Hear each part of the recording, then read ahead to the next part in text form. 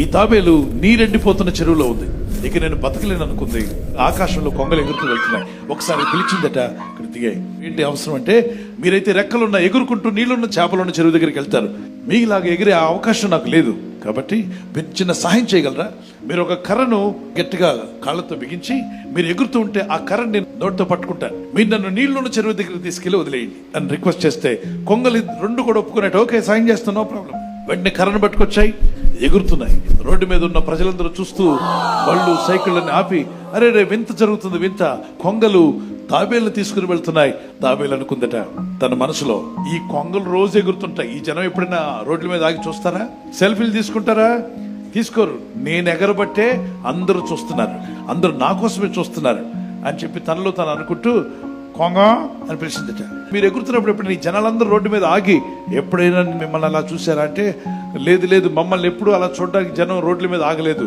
తాబేలిందట, ఈ రోజు వీళ్ళందరూ రోడ్డు మీద చూస్తున్నారంటే నన్ను బట్టే కదా.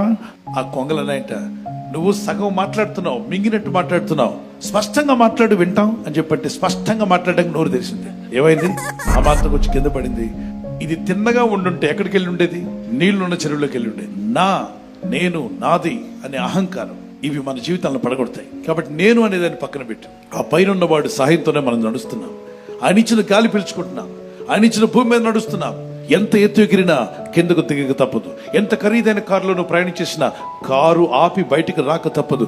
ఎంత ఖరీదైన భవనంలో ప్యాలెస్ లో నువ్వు జీవిస్తున్నా ప్యాలెస్ లో నుండి బయటికి రాక తప్పదు. ఎంత ఖరీదైన వస్త్రాలను వేసుకున్నా ఇంటికి వెళ్ళాక వాటిని విప్పక తప్పదు. నీకు పేరు ప్రఖ్యాతులు గడించిన, ధనగణతులు గడించిన ఈ లోకాన్ని విడవక తప్పదు. నువ్వు బ్రతికుండగానే ఒక తీర్మానం చేసుకో, దీనుడిగా ఉండు, తగ్గించుకో, అహంకారాన్ని వదిలిపెట్టు, గర్వాన్ని విడిచిపెట్టు, దీన మనసుతో దేవుని మార్గంలో ముందుకు వెళ్ళడానికి ప్రయత్నించాయి. మా చిన్నతనంలో మా తాతగారు ఆ వరదలో కొట్టుకొచ్చిన ఒక తాబేలు కేరళ రాష్ట్రంలో పెంచాడు.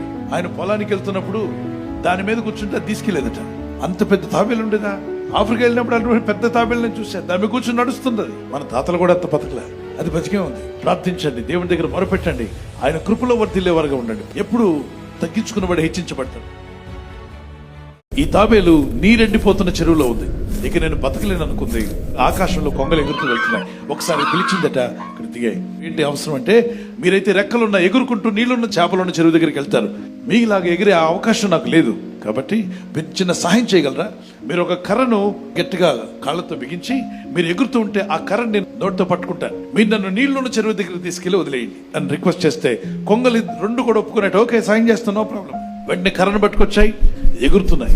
రోడ్డు మీద ఉన్న ప్రజలందరూ చూస్తూ బళ్ళు సైకిళ్ళని ఆపి,